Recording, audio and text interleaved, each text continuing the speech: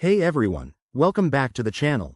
Today, we're diving into a super practical tutorial, how to transfer USDC from Bitrue to your Coinbase wallet in 2025.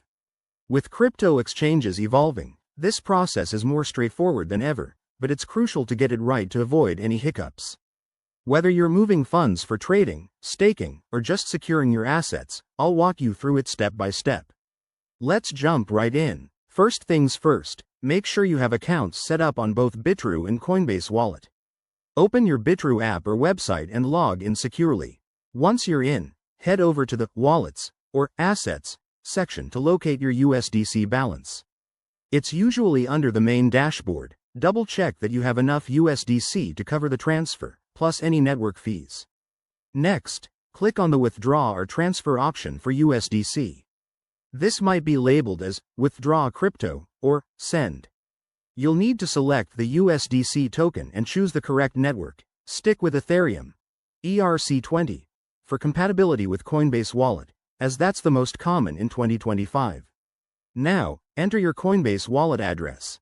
Pro tip: always copy and paste this directly from your Coinbase app to avoid any typos, which could send your funds into the void. After that, input the amount you want to transfer. Be mindful of minimum withdrawal limits on Bitrue, which are typically around $10 worth of USDC. Review the transaction details, including fees. Expect around 0.0005 ETH or equivalent for a standard transfer.